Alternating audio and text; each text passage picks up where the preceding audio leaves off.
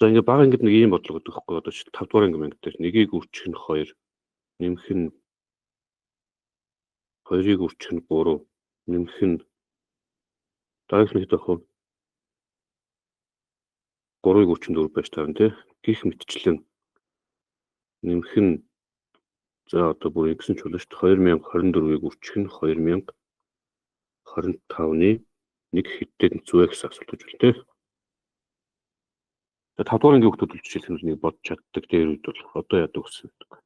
Одоо бүрэлж чаддаг болоо. За энийг одоо шууд нэмэх юм бол бүр завхарсан юм болно тий. Эхнийх нь бол жишээлх юм бол 2-ны 1 болно. Дараагийнх нь 6-ны 1 болно. Дараагийнх нь 12-ны 1 болно. За энэ гурыг жишээлх юм бол одоо дараагийнх нь бол жишээлх юм бол 4 5 гэхэлэр чинь 20-ны 1 болж байгаа байхгүй. За энэ хэдийг нэмлэх гэтэл бүр амар завхарсан юм болно тий. За эднийх хамгийн бага ерхий багтчиг болно. Миний бодлоор бол хамгийн бага ерхий багт чинь 60 юм байна.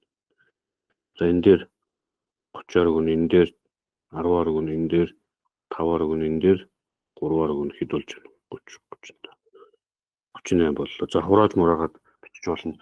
Тэр ингээ нэг нэгээр нэмээд авах юм бол бүр амар заварсан юм болно гэсэн үг шүү дээ. Төсөөлөгч байгаа шүү дээ. Бүгдийг нэг хүчлэн нэмж болж чадахгүй гэдэг. Тэгэхээр энийг яаж боддог вэ гэхээр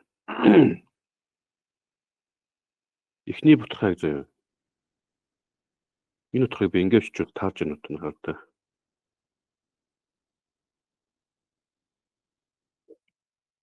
За нэг жинхэнэ ингээд одоо жишээлбэл яг энд шараар утчихлаа. Энийг яг ингээд болж байгаа байхгүй. За шалгахын тулд яг хөвлөх доотлолтууд ерөнхий өргөлтөд доотлолтоо нэгийг өрчнө 2 болно. Энэ дээр 2-оор өгнө, энэ дээр 1-ээр өгнө, 2-оос 1-ийг хаснаар 1 болно. Таарж байна тий.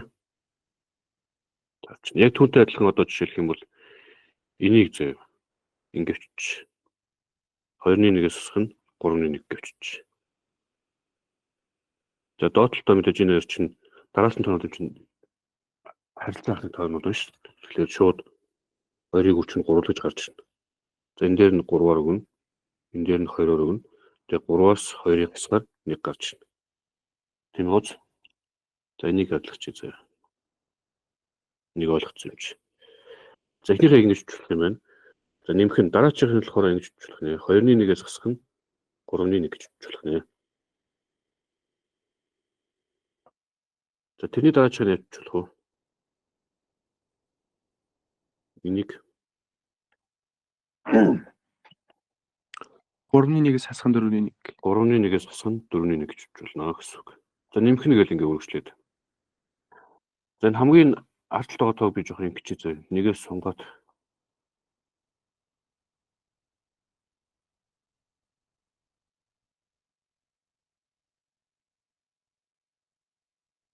ингээ бичиж. За гэх мэтлээ явсаргаад энийг жишээлх юм бол яаж бичих вэ гэхээр 2023-ны 1-ээс хасах нь 2024-ны 1 гэж бичвэл. За дараачих нь энийг яаж бичих вэ гэхээр 2024-ны 1-ээс хасах нь 2025-ны 1 гэж бичвэл. За энэ голд нь бол ингээ бүгд байж байгаа шүү дээ. Яг энэ зэг тавьсан дээр бол ингээ бусууд нь бүгдээр байж байгаа. За ингээд харах юм бол юу болох вэ гэхээр энэ хасах 2-ны 1 нэмэх 2-ны 1-тэйгээ устна. Хасах 3-ны 1 нэмэх 3-ны 1-тэй устна. За хасах 4-ны 1 нь энэний дараагаар жишээлх юм бол 4-ны 1 гэж байж байгаа шүү дээ. Тэгээ энэний дараагаар бол жишээлх юм бол ингэж бичигдсэн байгаа. Энэ чинь болохоор ингэж бичигдэх нэг сүлийн үдэг энтэйгээ устна гэхэл ингээ устаал яваад. Дараа чинь 5-ны 1 нь устна гэхэл устаал яваад. За жишээлх юм бол энэ хоёр бас устж байгаа тийм үү? Энэ тоон энэний өмнөх бичигдсэн тоонтой бас устна.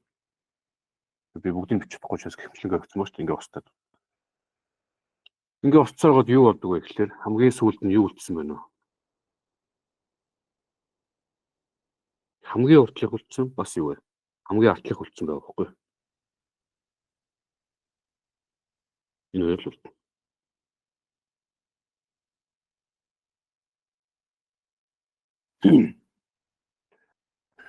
За тэгээд энэ үйл явдлын зүг байх вэ гэхээр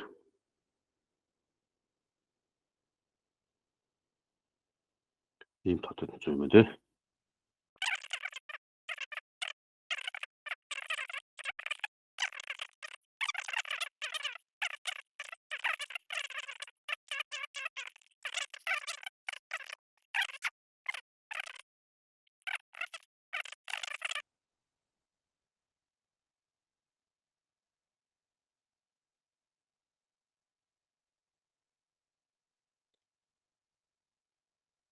За гэх мэтлэн айгүй цөөхөн за бүр тоожод бодсон ч болно заяа.